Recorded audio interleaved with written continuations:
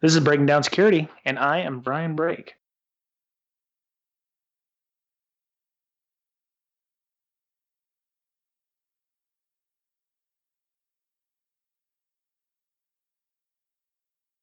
Welcome back, listener. This is Brian, and Mr. Betcher is out again. We tape these in advance, so he's actually probably back from his vacation. But for matters of production, I wanted to make sure he didn't have to jump back into podcasting this week. Right off the bat. So I'm hoping he's back. He definitely back next week. So we'll be back at full strength, and you won't just have to listen to my voice like we have been doing the last couple of weeks. So this week, like last week, we did with Cheryl Biswas. We talked about ICS and SCADA and TiaraCon. This week, we're going to go back kind of somewhat to our roots with a gentleman Mr. Frates, Jarrod Frates. He's been on a couple of times. I think, when was the last time you were on, Jarrod? Was that with Mick Douglas? Yeah, it was either that or DerbyCon. I forget which one happened first. I think it was probably DerbyCon. I think we had Mick and you on when Mr. Betcher was gone last July or August or something. So, yes, welcome, Mr. Jarrod Frates, to the show again. We appreciate you filling in for Mr. Betcher while he is out on vacation. I'm always happy to fill in for the slacker. Yeah, I know, right? People taking vacation. What's that all about, Yeah. No, he had a good time, I think. I haven't hit him up to find out how well how he's doing, but he drives everywhere. He doesn't fly. He's got he's got a whole litter of, children, so he can't fly, which I understand. Expensive. It does, yeah. I know. Yeah, so he does a lot of driving. Like he was in Colorado this week. He was at Rocky Mountain National Park outside of Denver. Ugh, Denver. So, sorry, it's a Broncos thing. I don't like the Denver Broncos, which is a United States football team, national football team here. So they are my hated enemies. Go Chargers. Okay, I prefer Northwest Colorado anyway. Well, yeah, I think that's in Northwest Central, West North. Yeah, I prefer up to the Fort Collins area. Oh, okay. It's a little quiet. It's a little more rural. Yeah, a little closer to nature. Bit more chill, yeah. Okay, so how Mr. Jarrod here works for a small company. We had some of his other colleagues on a couple of weeks ago, Adam Crompton and Tyler Robinson from InGuardians. He as well, of course, works for InGuardians with the Mr. J Beal and the Mr. Pesce. And he is here this week to talk about something that a lot of blue teamers and companies have to deal with, and he's kind of ancillary to this process. It's how to make sure you're actually getting the right pen tester for the job. Yep. Excellent. Yeah, now it's something that I run into every once in a while because I see, well, not so much in the current because some of the rules are a little more strict, but my previous employer, I saw some of the penetration test reports that were getting handed over, and I've realized that a lot of our clients were not really getting their money's worth, or at least if they were, paying anything close to the normal market rates, they weren't getting their money's worth. Maybe they were, but that suggests they weren't paying very much. Yeah, I've worked at a previous company with Mr. Betcher, and some of the pen test reports I got were just god awful. I mean, it's like the pen testers didn't even know what they were doing. Hey, this thing's broke. You should fix it. Yeah. This one guy, he came in, and he, spent a couple days poking around on the systems, and his last name was Frates too. Do you know him? I might. No, I hear he broke a lot of things. Yeah. So just a little backstory. I've known Mr. Frates since he came and did a pen test at our company. He was our second pen tester that came in. The first pen tester was great, but the second guy was moving along. So they had Jarrod come in, and he did a really great job. He found a lot of stuff that the first guy, I wouldn't say he missed, but I think there was this different tack that both of you take, and it's like it's like an artist, you with a bowl of fruit. If he's one artist is going to paint his interpretation of the fruit, and the other pen tester or the other artist is going to have a completely different interpretation of that bowl of fruit. That can happen. Yeah. But it's a really tricky thing because, and I've mentioned this in the past when I was on with Mick. I think it was that I very much view what we do with computing, not just on the security side of things, but just in general. I view what we do not so much as a science, but an art. I mean, there's a million people out there who have computer science degrees, and I think most of them don't realize that what they're really doing is artwork. If you're a painter, knowing the chemistry of your particular paints, if you're a sculptor, knowing the mechanics of how your medium works, those are really, really important things. But in the end, the path that you take to get somewhere and the end result are artwork. And there is just far too little that we really know about these incredibly complex interactions that really turns this into an art. And I think it was at Black Hat or DEF CON last year. There was or maybe it's happening this year. I'm a little fuzzy on things of late. I've just been really busy with some things. That DARPA was sponsoring a completely automated CTF. And the idea was that they would come up with this, they had come up with this really simple architecture. It wasn't really complex like the x86 architecture or even the ARM architecture. It was this much simpler Turing complete architecture. But the number of instructions available and the software that could be built on it was rather simple. And the idea was that participants would build a system that would basically run against it in a CTF contest, and whoever captured the most flags through a completely automated architecture would end up winning. No interactivity involved. And at some point, from a sort of distant perspective, I love my job, but realistically, at some point we need to get to that level in order to really, in order to be able to secure the data that we need. But honestly, I think we're decades away. Yeah. Yeah, I heard about that contest. That I don't know if there was actually a clear winner, but there was definitely some inroads being made by certain teams and stuff. And a lot of that I think is probably just better machine learning. I don't want to call it artificial intelligence because it doesn't exist in the sense that we believe it is.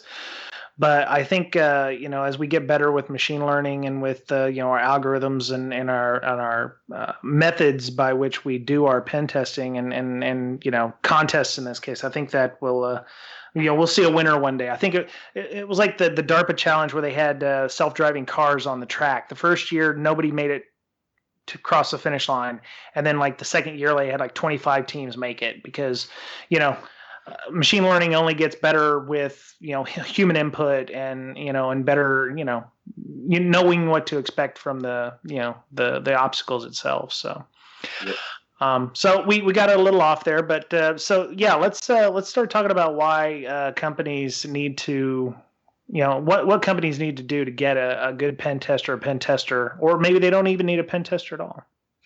That is actually a really key point. I've done tests for companies that are not ready for pen tests. Everybody wants to get a pen test because they want to find out where their vulnerabilities are.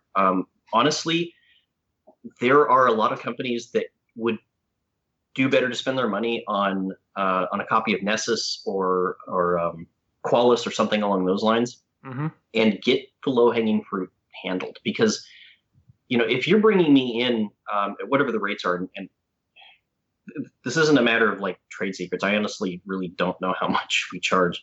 I'm not even sure how much the previous company charged, but it's a fair chunk of money. Yeah. And if you bring us in to find out that you're vulnerable to shell shock. Well, shell shock was published 2 years ago almost, and it was patched within days, and you don't really want to be paying us a whole bunch of money to tell you, oh, you're vulnerable to shell shock and we can get a shell off of it. Okay, you could spend a couple $1,000s on Nessus and get that. Yeah. Instead you want to be bringing people in when you've when you've at least put together a good faith estimate, not estimate, a good faith effort to try and hit the low hanging fruit, and you want to bring us in. You want to bring the pen testers in at the point where you're now getting less of a return on your own efforts, and you need to bring in somebody who's a little bit more dedicated to this. Unfortunately, there are a ton of companies out there that claim to do penetration tests. Some of them are large, some of them are small. I've seen some very large companies that do a really fantastic job. I've seen large companies that are not really very good at what they do. It's not always an indictment of the people. Some of them are just drastically overworked. I've got one friend who did penetration testing, and when he got into it, he was assigned. He would go in and he would work for a week for a client, and then he would go the next week. He would start a new pen test for another client. Except he was also doing reporting for the previous week's client at the same time that he's doing the new pen test, and that just leads to burnout. Sure. Or if it doesn't lead to burnout, it leads to a potentially substandard product. Yeah. Well, so do you think that the majority of the pen test companies out there have risen because of the need for people to check a box? Many compliance frameworks require a yearly pen test. Now, I can go to Guardians and pay $150,000 to check a box. I'm just round numbers here, because I know that you guys are not. And this is not an advertisement for Guardians, isn't it?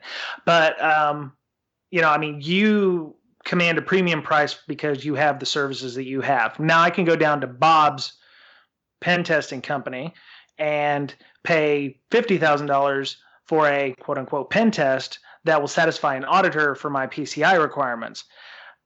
Am I checking a box in that case? Yes.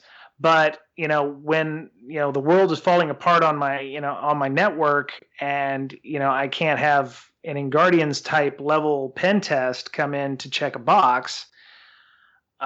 Is that why we have the Bob's pen testing services? Because of the rise of those compliance requirements? It's a big part of it. There's also something about it. There's also some marketing aspect to it. So back in the late 1990s, early 2000s, we saw the rise of the SSL security checks. That you get the little logo down in the corner of your screen, or not the SSL security checks, but like the virus security checks. And you get the little logo down in the corner of the site. The site has been confirmed free of viruses by McAfee or Symantec or whatever. And there were a lot of people who would just like download the logo and load it, locally, saying that they had it, not pay for the service, and it didn't really mean anything.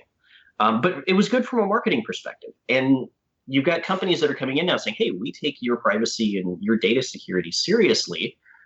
We get a pen test every year or every quarter or something like that."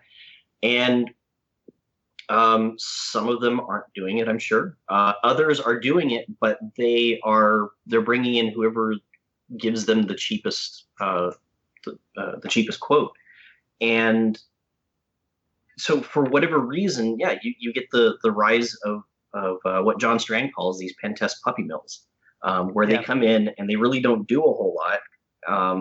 And they give you a report that doesn't really mean anything, and that doesn't tell you really what it is that you need to do. There was one that made the round.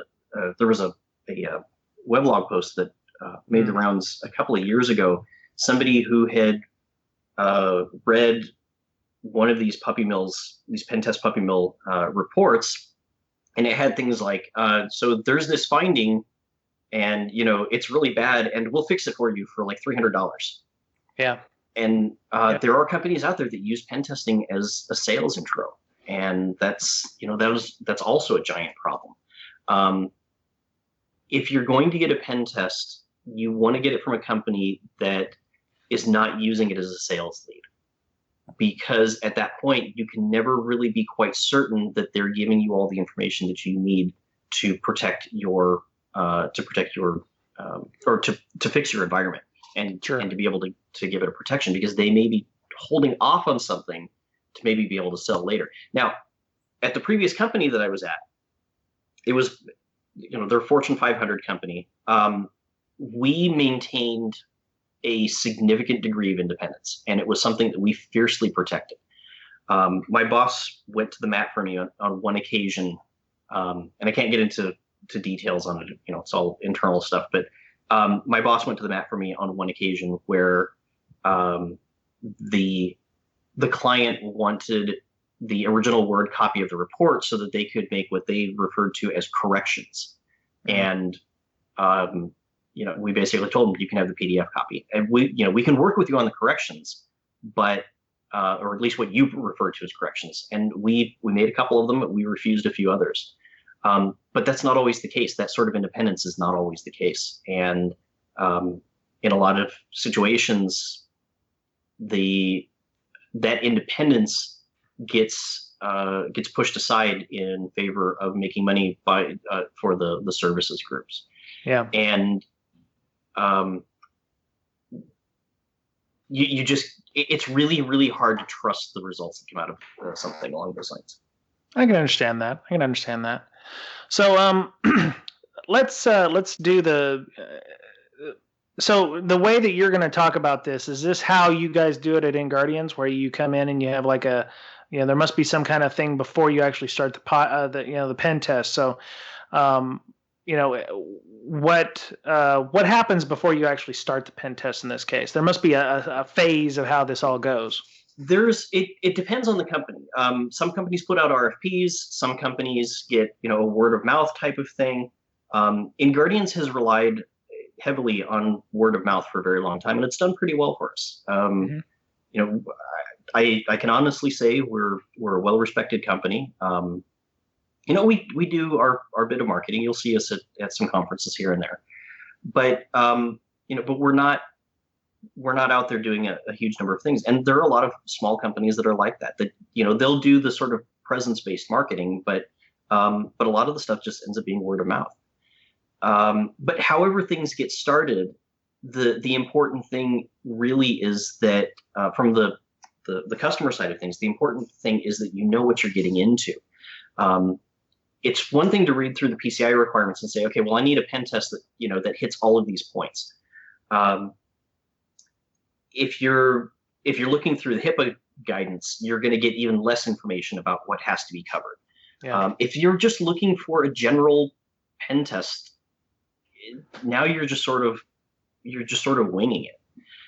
And if you don't know what you want when you're going into it, or in some cases from a regulatory perspective, if you don't know what you need going into it, you can end up just wasting money, wasting effort, wasting time. And in the end, you end up with a lot of people that are just really super frustrated. Yeah. So the important thing is you have to, before you even contact whatever company you're talking to, you need to get, various stakeholders in your organization, sit them down and go, okay, we need to do a pen test.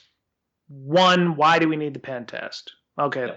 Purpose of the pen test is because we need to satisfy FedRAMP requirements. And according to FedRAMP requirements, it requires us to have at least a pen test every year. Or, PCI requires us to do a pen test on the cardholder data network, or any, machine or asset that holds cardholder data, including network, internetworking connections, yada, yada, yada. So, I mean, that could be a long process just in itself, because defining the scope of the pen test, a lot of times, I don't know how it is with you, but with many companies that I've seen, I was a consultant for only a short amount of time, but the 3 or 4 companies I've seen, they didn't even know where all their data was located. So it seems to me that those are, a lot of the basics that need to be done should and need to be done before you even reach out to a pen tester and say, hey, this is something we need to do. I mean, is it worth it to make sure you know where all your data is, everything's classified properly, and take the hit on having, get more check boxes for compliance done, and go, oh, well, we didn't have enough time to do the pen test, and just have one box on that. That gets really tricky because at certain levels of PCI, if you don't get that pen test, your QSA may well just fail you.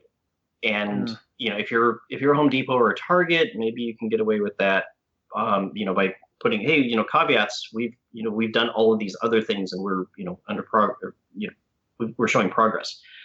If you're a smaller company and you lose your certification, and especially if it happens a couple of times in a row, you may lose your ability to process credit cards, and that gets really ugly. Yeah. It's one of the things that I've run into on a number of occasions is people who need PCI pen tests, and they don't understand the scoping issue. They think, okay, well, I need to get these 5 systems tested because that's where my credit card data is. And yeah, it gets scoped out, and then we get in there and we realize, well, your domain controller and your email server are also on this. They're on the same subnet. Yeah. Okay, well, they're in scope. We have to test those. Well, why do you have to test those? There's no credit card data. Because we don't know there's a direct contact capability there. Yep. Also, we need to test your firewalls, and we need to test your routers, and we need to test your switches. Yep. And they don't catch that. And then we point them to the PCI requirements, and they're kind of like, oh, that's what that means. Yes. Yeah. That's what that means. There's a general lack of understanding of the and that's what I think. I think the QSA should be a year-round prospect. They should be an advisory, not just a guy who's going to come in and pass-fail you. There should be some real communication with your auditors year-round, not necessarily just it's not like a doctor's appointment. You should be talking to your auditors regularly. Hey, I'm going to be putting this system in. How would you suggest that we configure it, or how should we set this network up that would not run afoul of FedRAMP or NIST requirements or whatever. It's not just a one-time thing. I think with your auditor in that case.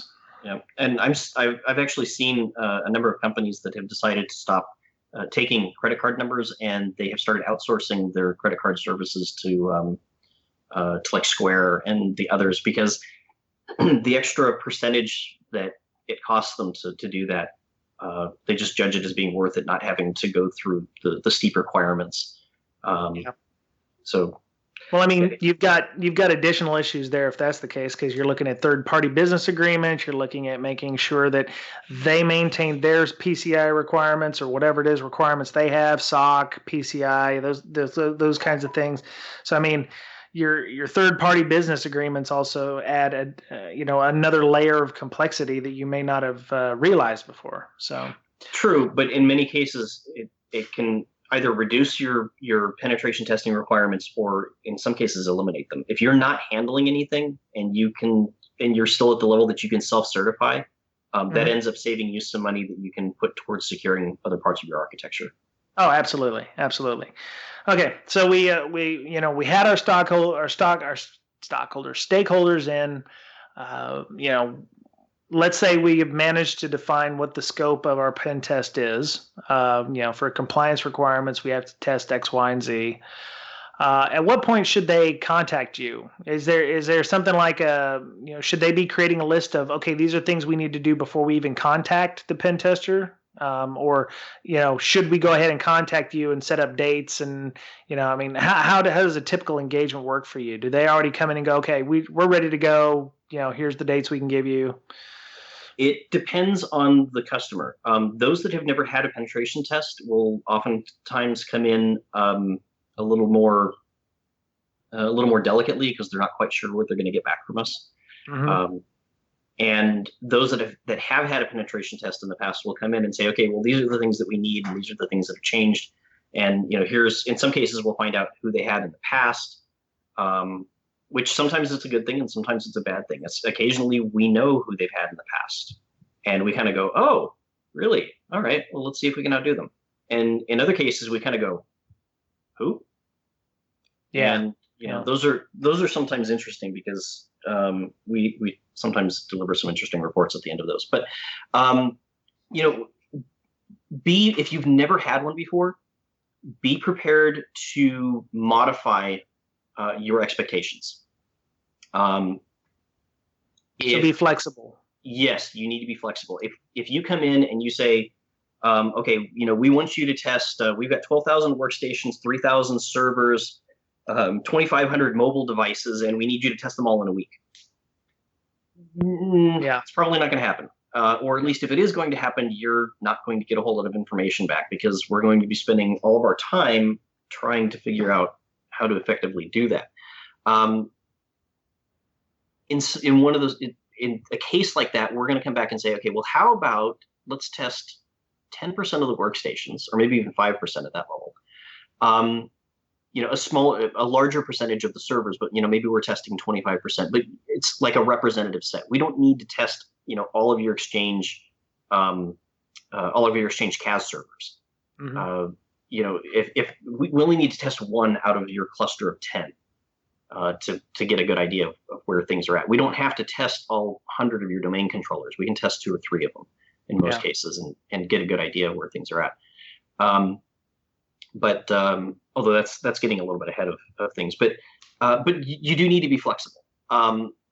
You need to know who overall needs to be involved. If you've never had a penetration test and you have no idea where your security level is, it's probably not the best time to get a penetration test. Like I said earlier, you've got some other things that you really should be working on before that. But if you're really hell-bent on getting it, or if you think that you've got the basics in place, but you're just not sure, but you think, okay, you know what, we think we're ready. Figure out who needs to be involved, and that's going to depend on the level of the penetration test that you want. If you want something that's along the lines of,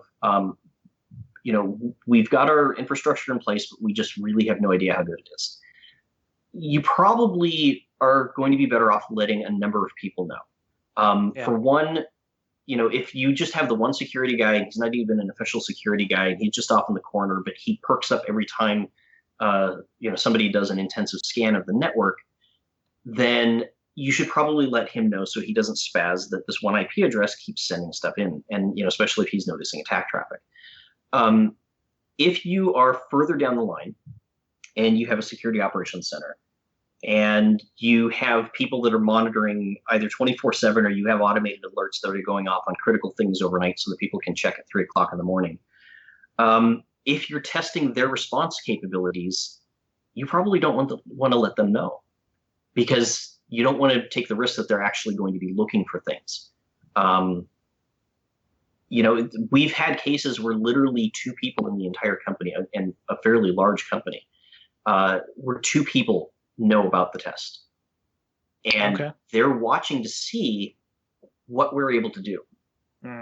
And they're looking to see, maybe on phishing, they're looking to see how many people, how many end users report it.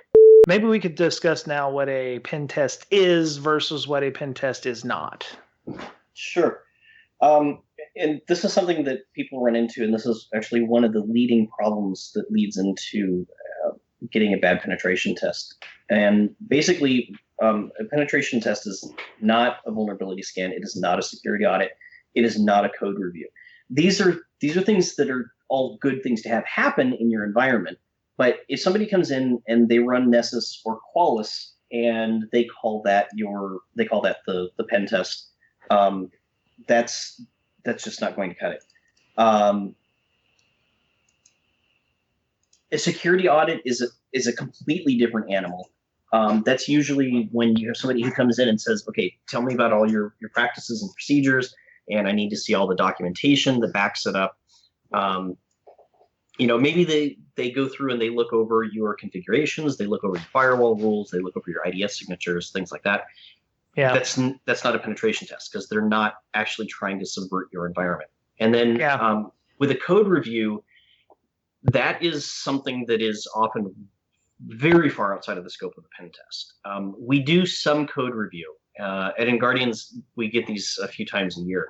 And but a proper, detailed, full application code review is something that can take a very long time, that you need people who are really dedicated experts in the particular language that you're writing in, or languages, as is the case now. And you know, a lot of things that are being built in C, C++, Java, JavaScript, and they throw some Node.js in there just to be, annoying. Yeah. And it can be helpful when we're trying to pin down why something happened, but it's not something that we're really geared to do on a very large scale basis. So those are things that a penetration test is not. And again, those are things you all want at some point or another. They're just not a pen test. Getting at what a pen test is, it's a process of finding flaws in your environment with the goal of subverting your defenses or subverting your systems and taking some level of control. Now, ultimately, we would like to get in and take complete and utter control and show you all your passwords. That's always a really cool thing for us to do, and we do a little happy dance when it happens, or at least some of us do. Yeah. And I'm still trying to talk my colleague Adam into doing a dance, but he's done fencing before, so I just like to imagine that he pulls a sword off the wall and does a little Zorro thing. Very nice. And I think Tyler does a happy dance. I wouldn't be surprised. But we're trying to get some level of control that we're not supposed to get, and the goal, of course, is for us to get it before the bad guys do. Yeah, which doesn't always happen. Something I want to ask about. So you said a code review is not a pen test, but what about something like a web application review? Would that be considered part of a pen test, or would that be different than a code review? A web app, yeah. So web app testing gets into sort of a fuzzy spot, and we do some code review as sort of a necessity because of, we look at the client side stuff. We go through the JavaScript, we go through the HTML. In some cases, we get Java apps, or we get Flash stuff that comes down, and we'll go through that. There are some cases where we have apps, mobile apps, that we will take apart, and we'll find things that way. But in general, we don't see things that are going on the server. We just have, maybe we get some API documentation. In some cases, we can download things. If somebody's using, for example, if somebody's using Jira, Jira's open source, so we can download that and we can get an idea. But in most of those cases, we don't usually find new vulnerabilities that way. It happens every once in a while, but it's not something that happens all that often. Usually, it's the custom applications that we're poking at that we realize that we're able to do some things with, and there's still a lot of experimentation. So if we find some indication that you have SQL injection, if we had access to the server side, we could point to, this line in this file is where you need to switch over from your dynamic queries over to over to structured queries. That's an easy thing to do, but we don't usually get that luxury. We end up doing a lot of experimentation to try and get at things. So yeah, it does get a little fuzzy in those particular cases. Yeah. So for you, the only the product or the thing that your deliverables is the report. That's what you're supposed to give them, and that is what they're expecting from you. There's nothing additional like, I don't know what other deliverables you might be able to give them other than the report. I mean, do you always? Yeah, there's sometimes some other deliverables, but ultimately the report is the final product. It's what we're going to be remembered by. Something that happens a year later, if you get a situation where you get a high turnover and everybody that participated in the pen test is gone, but the report is still there because your infrastructure is still largely the same. Sure. And it doesn't matter if we get, if we get in and we get domain admin on, all 6 of your domains in 2 separate independent forests, and we get in and we take over your Oracle boxes and we get at the Linux systems underneath and we get full root access, and that doesn't matter if we hand you a crappy report that you can't do anything with. Okay. Yeah, and I guess that's why you're mentioning here in your slide. I'm sorry for listeners. Jarrod actually has a talk that he was giving, so he's gonna be polishing this up at some point and giving it out again. But we're going through some of the stuff. So you said that it has to be professional, methodical, and reproducible. Is that most companies follow processes or standards. Is it important for you guys to follow very similar processes and standards so that a company will know that they're getting, a specific level of pen test every time? Like there's PTES, there's what OSIM, there's OS, something. OSSTMM. That's it, OSSTMM. So, I mean, is there a specific guideline you guys follow and that you guys sell to a company when you go, okay, we do pen tests, we follow this guidelines, that way that this is a worldwide recognized, level of pen testing, everything is reproducible, we follow certain methods, that kind of thing? We have our own methodology. It is in some ways it's similar to PTES, and in some ways it differs a bit. Part of it is just changes that we found are more practical. I shouldn't say changes that we found are more practical, because that makes it sound like we started with PTES and branched off from that. But there's any good pen test organization is going to end up moving in similar directions. And while PTES and OSSTMM and some of the others compete to a degree, the basic flow is still kind of the same. Where you come in and you're looking for some things and you try to exploit them, and then once you do, there's some post-exploitation activities, and then after that you kind of start the whole circle over again. Reconnaissance, the formal one that you usually see is something along the lines of reconnaissance, scanning, exploitation, post-exploitation, and then you kind of start over because theoretically you now have a new starting point that you can do recon from. Sure. You should be able to reproduce the results. Now, there are some exceptions to that. There are some things that are just a royal pain in the neck to get to work right the first time. And so getting them to work right the second time is sometimes impossible. There are a handful of cases where you have like a 1 in 128 chance or less of something working. This happens with some ASLR implementations. So, if you want to land on the right spot, and this is usually in 32-bit architectures, if you want to land in the right spot in an application that's doing ASLR, you have a 1 in 128 chance in many of these cases. If you can keep spraying stuff in, then it's not hard to hit that. But if for whatever reason, maybe the service is unstable and it takes time to recover, or just the attack takes a while to set up and it's, sort of ends up being a sort of one shot each time you do it, that 1 in 128 chance starts to become really kind of difficult to reproduce. But you want to be able to explain everything that you've done on how you actually get up to it. Yeah. So, I mean, I guess it's also if it's reproducible, but in reproducing it, you broke something. You don't want to be necessarily reproducible, and that's something you'd put in your report. Hey, during our testing, we knocked on this port and it knocked over your application.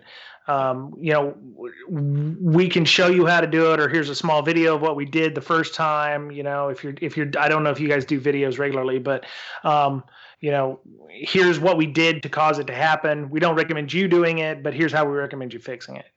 Videos, screenshots. I mean, there should be evidence getting collected, and that's really kind of the critical thing. And even if there's not screenshots, because every once in a while it's happened to me, and it happens to everybody, that the screenshot that we thought we got is not the one that we actually did. But you should really be able to explain what happened.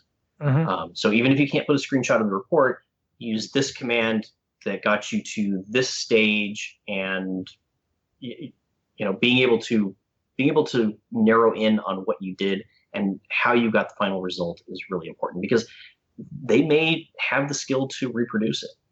And any good report should give enough information that somebody who is reasonably good at security stuff should be able to reproduce it, or at least get a good understanding of it. Cool. So, so when you're building up to the test, kind of think back to, in grade school when you were learning how to write a story. You learned the 5 W's in H: the who, what, when, the where, why, and how. And if you were on the school newspaper, those got filled into you even further. as happened to me. But they're a little bit changed. So you want to figure out who is going to be involved with the test, and that involves inside, that's outside, that's third party, all of that. You need to figure out what is going to be tested. Is it your PCI environment? Is it your domain architecture? Is it your new web app that you just rolled out? Is it the web app that you had rolled out for the last 5 years and it's never been tested? Getting in, and by the way, if it's a web app, how far in are we allowed to go?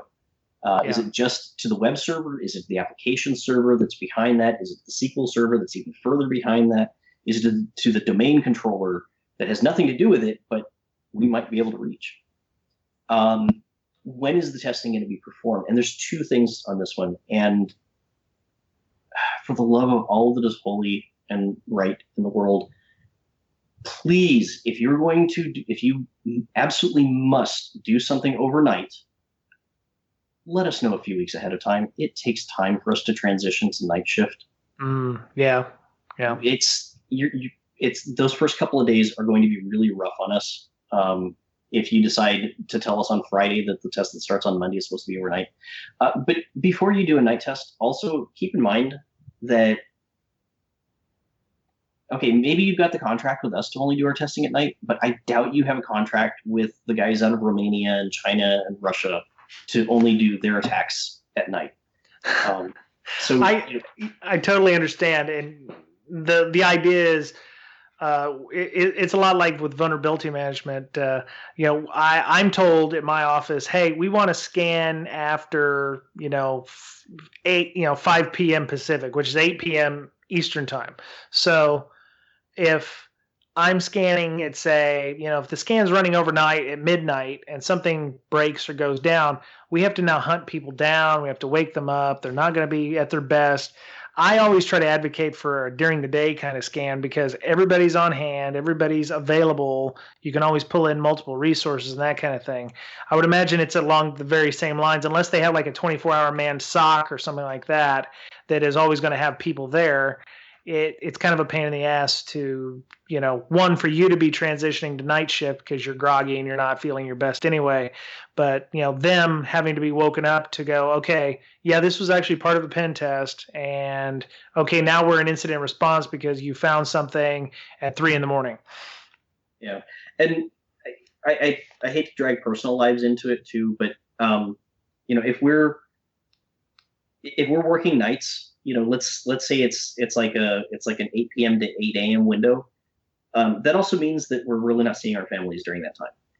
And, that can be really tough, especially with young kids that they don't understand necessarily what's going on. They just know that there's a parent that's sleeping and they have to be quiet all day because it's really important for the parent to get the rest before they work all night long. And then, they're up and can't be bothered. It's not really fair. So moving on a little bit, so we don't turn this into a 6-hour podcast. Yeah. Which I've been trying to get you to do, but you seem to have this whole thing with being with your family too. So anyway, you want to figure out where testing will happen. Now, if you're doing remote testing, this is usually a bit easier. We'll let you know, here are the IP addresses that things are coming from, so that at least when you see it in the logs, even if you are allowing blocking, when you see it in the logs, you know where it's coming from, and you know that you don't have to get a full response necessarily towards it. But if it's going to be an internal test, you really need to think about this. One, if you're going to do it over a VPN, realize that you are hamstringing us. There are things that we will not be able to do that we can do on site. We will not get any sort of indications of like overhearing things. So you're not going to get sort of the internal view of things, the rogue internal person view of things. We are not going to be able to do any sort of ARP spoof type things in most cases. We won't be able to move around to different networks very easily. Our perspective becomes limited. Yes, it's less expensive because you're not paying for travel. But at the same time, you're getting the same view of somebody who manages to crack into your web app and get access to your internal network. And it's really not that different from it. Yeah. So I understand that not everybody can afford the on-site testing, but it's important to keep in mind that the on-site testing is really, really hard to replicate without actually bringing somebody on site. And when you do, please make sure that they've got a comfortable space to work. We frequently bring along extra equipment, so we need a little bit of space. And also, it really sucks working in an 85-degree closet all week long. Oh, yeah. So okay, so let's say this is a small business and they can't afford for the online, the flight and you to be stuck in a hotel room for 5 days and whatever. What would be the optimal method by which you could still give them a good pen test without you using a VPN? Would it be like them getting a laptop from you that they would set up in their environment, which would be like a trusted host or a bastion host kind of thing to be able to poke around inside the network? I mean, how would you go about doing that? That is probably the best thing that can happen is, yeah, we put something in that connects back securely over our own VPN. But the idea is that we can then run some things locally that otherwise we wouldn't be able to do. Keeping an eye on traffic that's coming across. And sometimes it's not even ARP spoofing. Sometimes it's just watching the broadcast traffic. And, I mean, it's really amazing the kind of stuff that you can see. You can see LLM&R stuff going out. You can see the Bonjour, the MDNS traffic going out. You can see HSRP and OSPF hellos. Those are always fun, especially when you notice, they're using default passwords. Oh, nice. Look at that. I can now take control of some of the routing. So that's always a fun thing for us to do. Okay. But if you're in that situation, then yeah, there is that option. But the downside is that still, we're not overhearing things, and we're not there to really explain what's going on. Which is one of those benefits people don't really talk too much about, and I think we probably should press that a little bit more. That we can say, hey, knock on your door and say, hey, there's something we'd like to show you real quick. You should see this. And it's one thing to be able to say, hey, let's set up a screen sharing session to look at this, but there's nothing as critical in a lot of cases as a contractor knocking on your door saying you should come see this. Yeah. So, I mean, you said overhearing things. You must mean like you're sitting in an office and you hear somebody yell down the hallway, hey, what's the password for this? And somebody yells back the password. Is that what you're talking about? Yeah. Okay. We see that. Okay. Or in one case, I was sitting in a room adjacent to an IT center, and I heard some guy on the help desk reset like 6 passwords, and they were all the same password. And so I was like, well, let me take this, and I already have a list of all the accounts. Oh, look at that. There's like 20 different accounts that use this password. So I'm just going to jump on. I know they have local admin. Oh, and there's a domain admin that's connected to this, or that was logged into the system too. So boom, game over. Beautiful. So, all right. So let's skip down to the next slide, selecting a tester. Well, before we jump to that real quick, let me finish up the 5 W's and H. So that was my bad. So that was the where. There's the why question, which we talked about earlier. So know why it's going on, and don't need to belabor that point. And then there's the how the tester will access the targets. And there's the whole where will the testing happen has something to do with that. Mm-hmm. But keep in mind that there are some cases, like if we're doing wireless, you might want to let the armed guards know that somebody's going to be walking around carrying weird-looking devices. If you have armed guards, please let them know not to freak out when they see this. So I haven't run into this myself. It's just a story that I've heard a couple of times at conferences where they say, and then there was a guy yelling freeze at me, and he's just trying to do some heat mapping. Yeah, you don't want to be walking around with SDR and having a dog munching on your nethers. That wouldn't be a good idea. Yeah, well, fortunately, it's a little easier to do now with tablets and stuff. It used to be you'd like carry a notebook around with stuff hanging off of it, and I've done that. That looks looks weird, and also it's really awkward. So, yeah. Okay. So selecting a tester, critical thing: expect to spend some money and expect to spend time. And now that's not to say that you cannot get a good pen test for less expensive monies. Not everybody has the ability to drop 6 figures on a pen test. Yeah. Not everybody necessarily has the need to do it. If you're a small company and you've got 2 web servers, there is no need for you to spend $100,000 on a test. In most cases, you're going to be able to get away with something much, much simpler. Yeah. And there are a lot of places that their profit margin for the year is under the 1% mark, and so it becomes very difficult for them to, especially small company that has that sort of range. It becomes very difficult for them to justify spending that kind of money. But as Kevin Johnson has pointed out, everybody, even these companies need pen testing, and being able to come in and kind of hit the basics. Sometimes that's what happens. But in any case, you do need to expect to spend the money. You want to talk to the potential testers. Don't just talk to one company. You want to talk to multiple companies. And I say this with, knowing that some of our clients come in and they talk to us and they're happy and that we deliver reports and we're able to help them, and that's fine. But we don't mind you going off and talking to other companies. You want to get at the technical and the business levels. You want to make sure they understand both what they're breaking and what the impact of what they're breaking is. Talk to them about their methodology, start to finish. How do they approach reconnaissance? Do they perform any sort of open source intelligence lookups? Are they, how do they do scanning? What do they do if they come across evidence of a previous compromise? Or a current compromise? Yes. So I have on a couple of occasions come across evidence of somewhere between previous and current.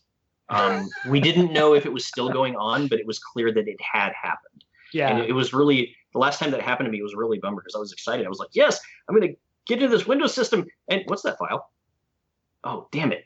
That's a web shell. Somebody's already gotten to it. So anyway. Sorry, Charlie. Yeah. So ask about backgrounds. There are a lot of companies out there that hire really good people, and they've just gotten started, and the company has only been around for a few months or maybe a couple of years. But the people have been in the industry for a while. It's just they've just now started to strike out on their own.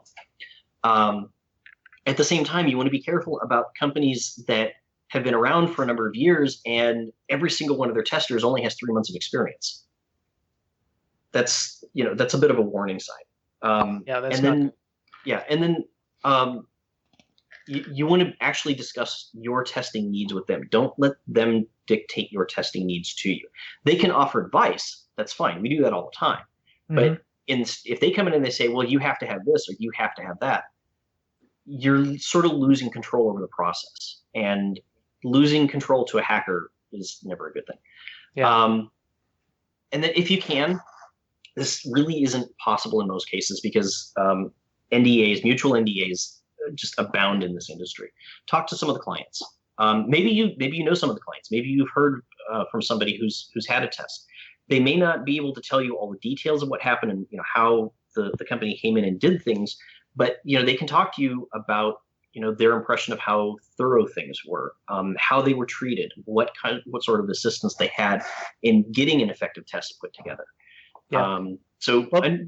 Hearing about that from an existing client is a really important thing. The other thing is, you do kind of want to take that feedback with a grain of salt because the guy you're getting input from may have gotten an entirely different test done. So, he may have had a web application done and you need network testing done, or this guy's having, NIST, SOC, FedRAMP stuff done, and you're wanting just a web application pen test. So, and the shop that they used may not even be the shop that you would want to use because they maybe aren't as strong doing web application testing as another joint. So that's something you want to think about when you're also talking to and looking for input. Yeah, that is the case. There are some circumstances where you may want to look for a specialized provider. For example, if you have a gigantic SAP or PeopleSoft installation, and you have like 600 active roles, not just 600 roles present, because both of those install a huge number of roles, but you have like 600 active roles, and it's across 15 servers. You may want to consider going with an ERP specialist in that case. Yeah. It's not that we can't find things; it's just that there are cases where specialized knowledge or a specialized outfit, that's where I was going, is a better choice. So have you ever done that where they're like, oh, we need to do this using, we have massive SAP or, CRM kind of stuff. And you're like, okay, yeah, you'd probably be better off using these people because they're kind of the experts in that.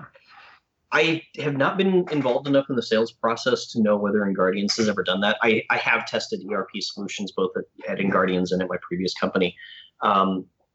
It's a fun and interesting thing because they spit back some things you put input in, and they spit back things that get really kind of weird and very interesting. And I love going after ERP stuff. However, a very good friend of mine has been doing ERP for a very long time, and he's got like almost 20 years in ERP solutions. And even he says that these things are just, even if you have a giant team of people coming in and looking at them, they are so difficult to secure properly.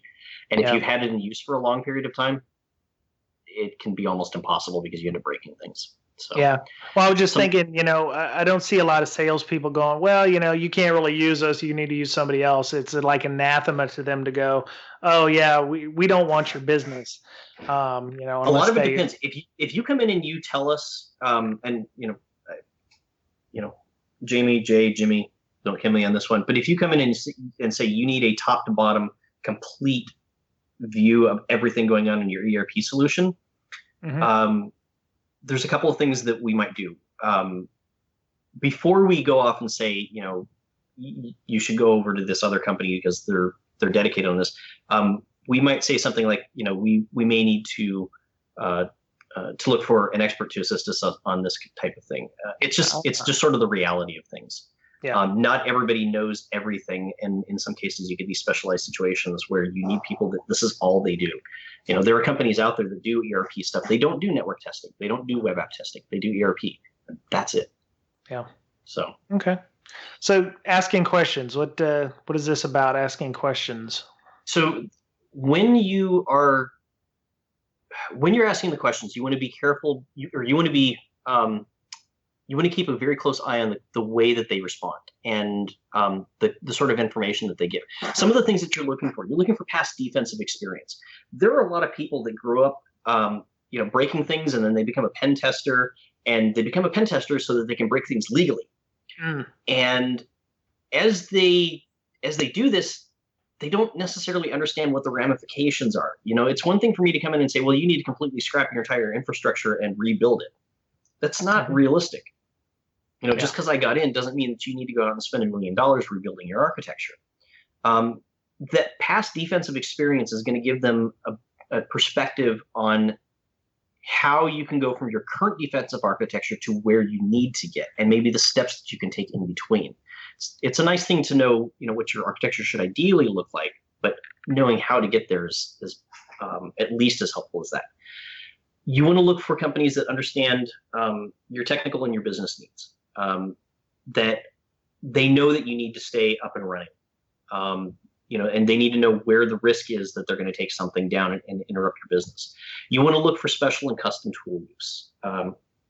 You want to look for people that can write their own scripts or that have developed their own tools for specific situations. Metasploit and Nessus and SQL Map, and even Cobalt Strike, as awesome as Cobalt Strike is, these all have their place. But sometimes you need something that's written specifically for the given situation. They're not always going to use it. You're not going to find too many places that do 100% custom tool use because it's too much reinventing the wheel. But you want to find people that actually know when to put the standard tools away and get down doing custom things. Sure. You want to find people who are going to actually sort of interview you as a client. They want to get to know you. They want to know how your business process works. They want to know who's involved. They want to know why they're involved. They want to know what you do. They want to know what your risks are. They want to know what your concerns are. Anybody who just comes in and says, okay, so what IP addresses are we going after? If it's not just a raw black box test, which almost nothing ever is anymore, they need to know a little bit more about that. And then sort of finally, but not entirely finally, you want somebody that's going to handle your communications as carefully as possible, especially the final report. They need to be able to get things to you. And encrypted zip is okay, and we have clients that do the encrypted zip thing. If you can set up a PGP key, that's so much better because we can encrypt the file specifically to you. And that way we're not having to worry about sending you a password, over text message or call you and give you the password or something like that, which those are always kind of difficult. Don't y'all do some kind of secure drop or something like that where you could just say, hey, here's a link, go to this website, it's SSL enabled? And we've done that. And but at the same time, it still comes down to an encrypted zip. And it's easier for us. There's a certain amount of assurance that comes along with me sending a report to Brian Brake instead of just sending a file to you and sending you the password, and then I have no idea who else is able to open it in the beginning. Now, after that, after you've opened it, that's a different story. But I can say I sent it to you, and you were the only one that should have been able to do that because I encrypted it to your key specifically. And if you shared your password and your key, that's on you, not on us.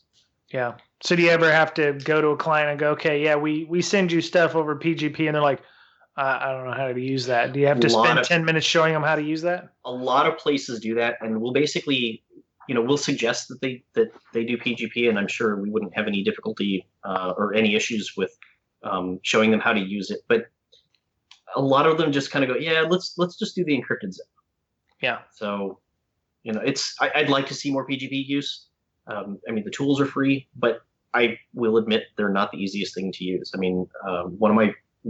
One of the best points that I've seen made in a long time was an article that Moxie Marlinspike wrote a couple of years ago about the failure of PGP. And the failure of PGP is that, yes, there are, I don't know, a few million people using it, but that's out of, like 4 billion internet users worldwide. So, there's an argument that it's failed as good as it is. So, yeah. But so red flags, though, when you're asking questions, if pwning, especially if that word comes up, is the dominant topic. It's like, yeah, we're going to pwn you and we're going to drop all these shells. No, that's probably not somebody you want on your network. Isn't that just a sign of lack of maturity maybe on their part? They should be more, business-like in some cases. It can be. It doesn't mean that they're technically inept, but if they come across in an extremely unprofessional sense, especially if your CEO happens to be on the call as well, that may not be the best thing. If they don't know the technical or the business impacts, you can have people that know business and they don't know really pen testing and they don't understand what they're getting into. Like this is actually one that I run into every once in a while now. If people are surprised when they use, when they come across an old unpatched Server 2008 box or Server 2003 box and it's vulnerable to MSO 8067. That's everybody's default to go back to. The problem is MSO 8067 is really, really unstable. You can crash the server service, which if you're going against a workstation, it almost doesn't matter in most cases. Yeah. If you do that on the file server, nobody can get files anymore. Right. If you do it on the domain controller, other things break. So like authentication, that kind of thing? I think there's some authentication pieces that can break because you're basically knocking down 445. Yeah. Yeah. So, and possibly some other things to go along with it. Anybody who comes in and is really technically savvy and has no idea what happens if you're not your domain control. Well, if your domain controller goes down, but like they don't really understand that your database server going down is bad. They're just like, "Well, fix it." Yeah. No, we're losing $100,000 an hour when our database server is down. That's a bad thing. Anybody who issues you a no crash guarantee, we will not crash any of your systems. You can't make that promise. Does that just mean they're not trying hard enough? It means they're not sending any traffic. I crashed a printer by doing a port scan. Well, yeah, I could see that. I sent a few half open, Synapse, and it couldn't handle the number that I sent. And I didn't send many. I think I did like the top 500 ports or something like that against it, and it crashed. Yeah, it was probably an HP printer. It was an older printer. I don't think it was an HP printer. Well, I think it was like one of the whatever the company that made the Fireys was. I think that might have been what it was. But it was an old printer, and I knocked it over, and they got upset, and I was like, well, I didn't think a port scan was going to knock it over, but my bad. You never know. Yeah, yeah. I kind of touched on this before. If they don't ask you anything, like they're Mm, just like, give us some targets and you know, and a check. yeah, That's not a good thing. it does And any, inspire confidence. yeah, and anytime that they start sending you critical information in the clear. Now, every once in a while, this really shouldn't happen. Every once in a while, somebody slips on something. Hmm. Um, you know, a password gets sent over unencrypted email or something along those lines. Um, it's okay to call them on that. Yeah, Perfectly. Anytime that they violate communications procedures, it's perfectly fine to call them on. But um, if they're sending you the report in the clear, you have no idea who else is seeing it. You don't yeah, know whether it was picked up by the NSA or something like that. These can become, this can become a real problem. And if it just gets sent clear text, or if it gets, uploaded to a web server that has no protection whatsoever, you have no idea who else has seen it. And they're not likely to let you see the logs unless, it ends up going into court or something like that. that's true. So, Yep. um, so one of the things that even within Guardian's clients, and a lot of our clients are quite a bit savvier than the sort of average client. We run into this. They don't want to do social engineering because it's like, okay, well, we offer these services and, social engineering is, well, we don't need to do social engineering because we're vulnerable. Yes, you are vulnerable. Do it anyway. So wait. You don't know how vulnerable. So let's say we just do a basic thing. We do a phishing campaign. It's most common social engineering anywhere in the industry. Yeah. We do a phishing campaign and we get 27% hit rate. Yeah. Okay, so is that good? Is that bad? You don't know. Yeah.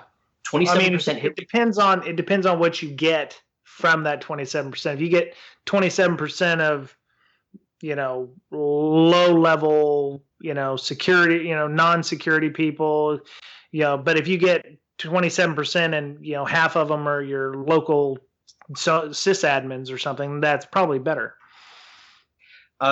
Yes, and that is a key thing, is who's actually falling for it. If your admins are falling for it, if your security people are falling for it, yeah, it's your CEO is falling for it, and he yes. sends you money. Then we get so many customers say, "Yeah, don't send to the CEO." Please, how about the CEO secretary? To... Don't send to the CEO secretary. She gets feisty. She clicks on everything. You have no idea. All the more reason to do it. But here's the thing. So you do 27% this year. Do it again next year. Next year you get 18%. Okay, you're still vulnerable. Yes, we still got around, but you improved. You've got like a third less.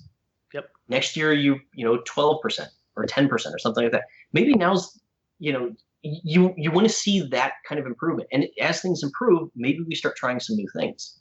Instead of sending to 400 people, maybe we send to like 12. But instead of spending a week putting this together and getting all the infrastructure together and sending things off and poking around in the systems, we instead spend a week collecting information about them. We find out the schools that they went to. We find out, their interests, possibly even as far as getting into who their family is. You've had a couple of people on in the past that have talked about this, and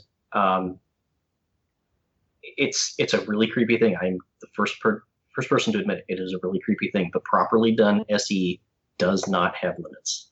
Yeah, I worry about that with my wife because of who she works for and who I work for, and they could get to me through her, sending me an email through her email account or something, or I could get to you. I could get to you by sending you something that comes from your kid's school saying you need to read this. Yeah. If it looks legitimate enough, if I spend enough time on it and get samples of their letterhead and all that stuff, I can probably convince you to open it up. And there's a few things. One, you might not be likely to click on the enable macros button, but a lot of people are.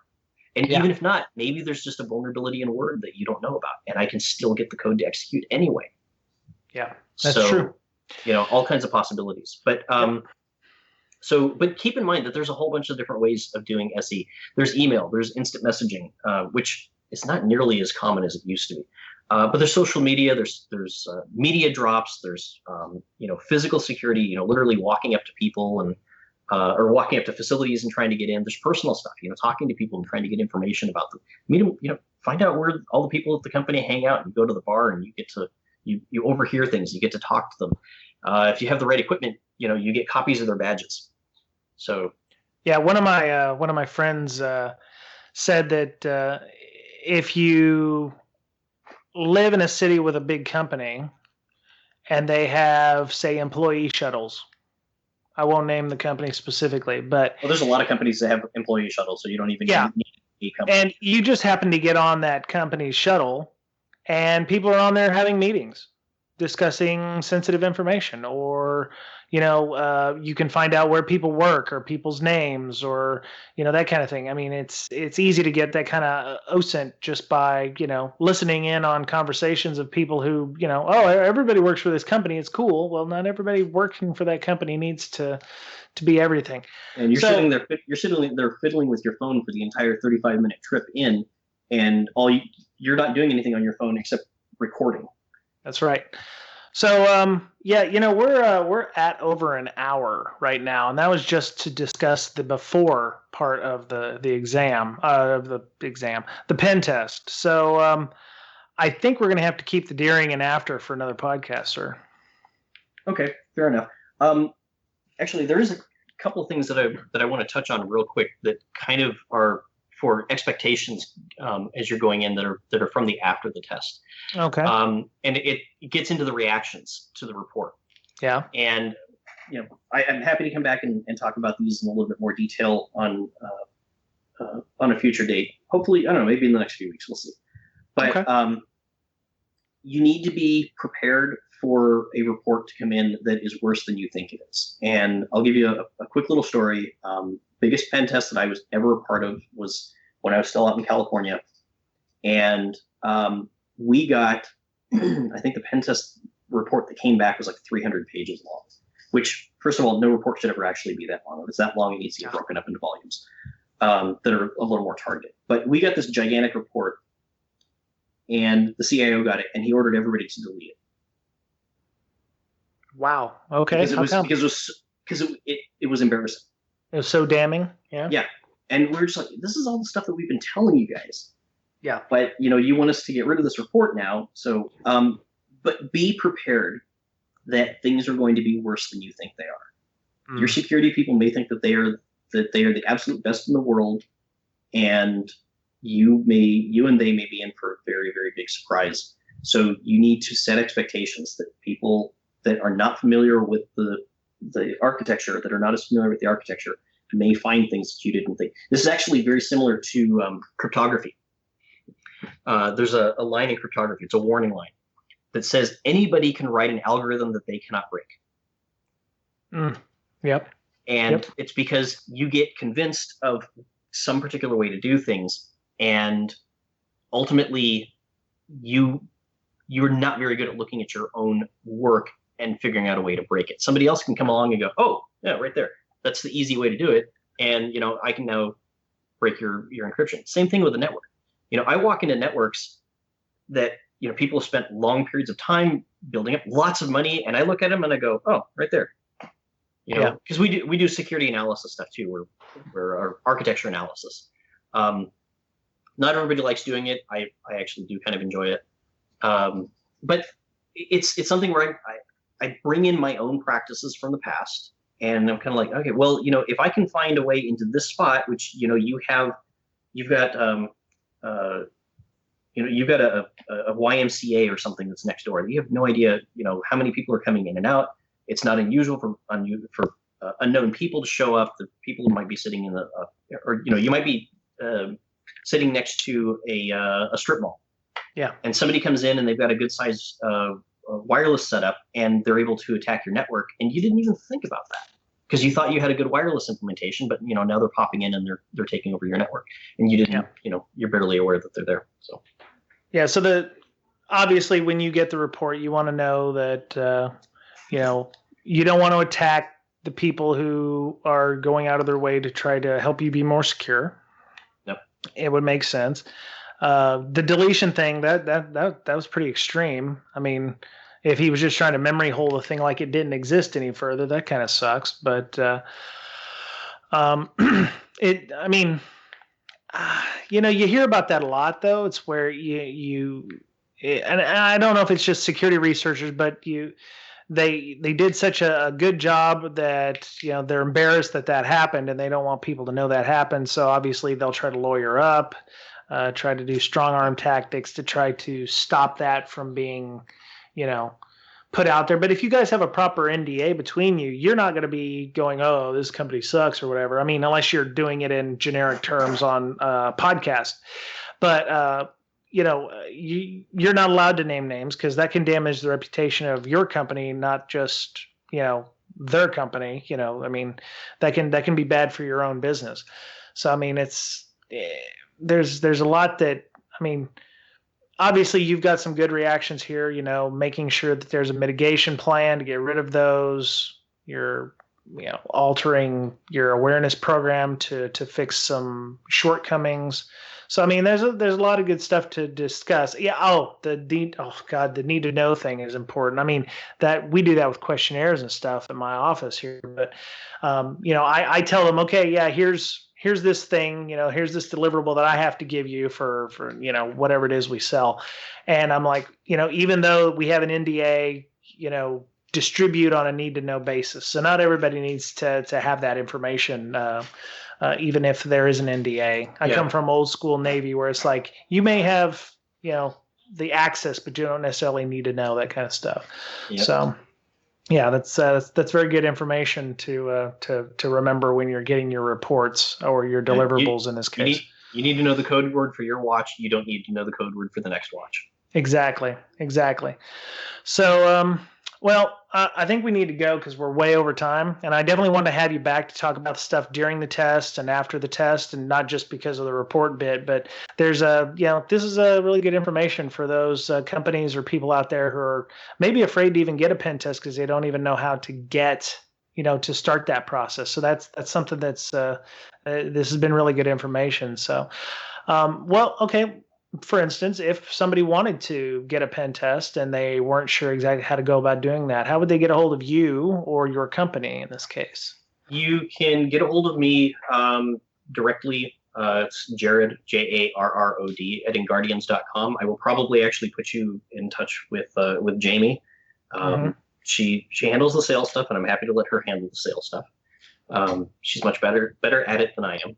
Okay. And I think we also have a sales at inguardians.com, but if you pop over onto the InGuardians website, we've got the appropriate contact links there.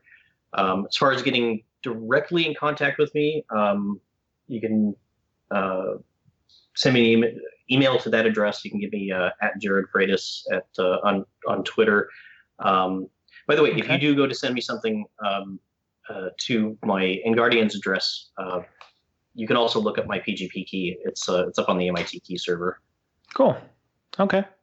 Yeah, awesome. And if you find you need a pen test or application review or anything like that, you can just reach out to InGuardians. They don't sponsor us, and they don't pay us to say that. I just Larry Pesce and Jay Beal and Jarrod Frates and of course Adam Crompton and Tyler Robinson. We had them on a couple of weeks ago.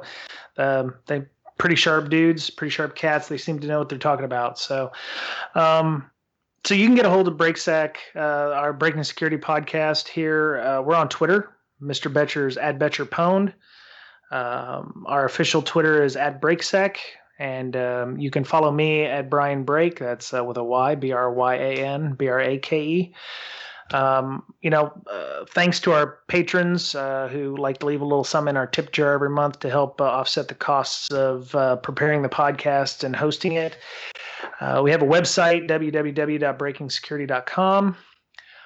We're on TuneIn radio app. We're on the Google Play Store. We're on iTunes. If you're in iTunes, feel free to leave us some feedback on there because we like see our rankings go up on that from time to time.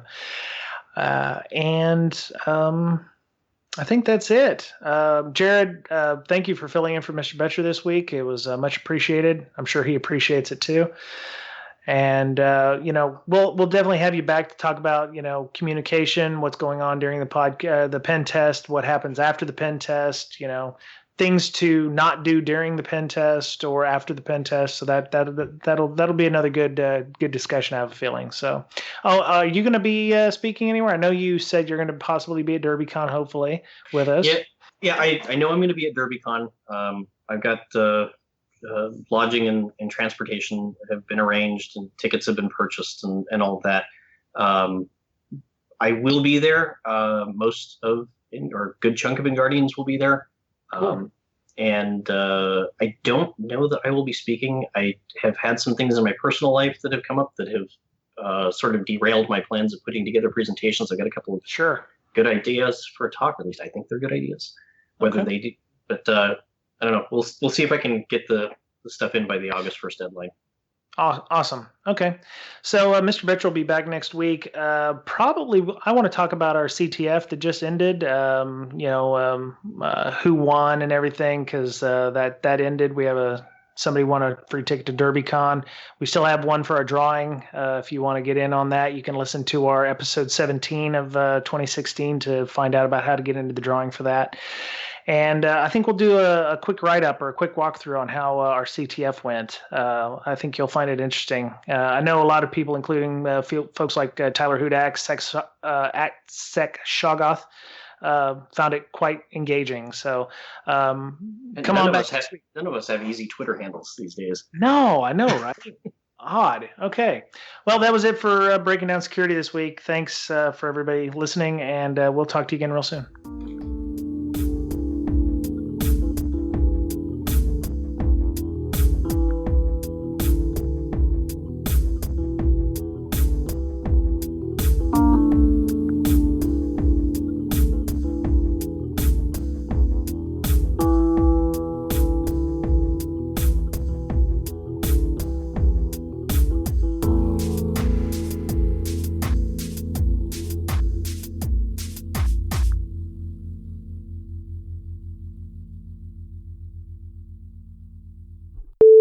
We'll do 10 seconds of silence, and then I'll bring you in, and then we can get started.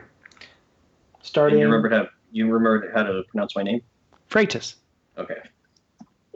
Please. Okay. I was going back through old shows, and you slipped on one just a few months after I was on. Wow, man. What kind of person do you think I am? Yeah. I got this. I am a professional at this. Yeah. How much do you get paid? I am. Well, you know what? Every time I get it wrong, I'll give you half of what I get paid from this podcast.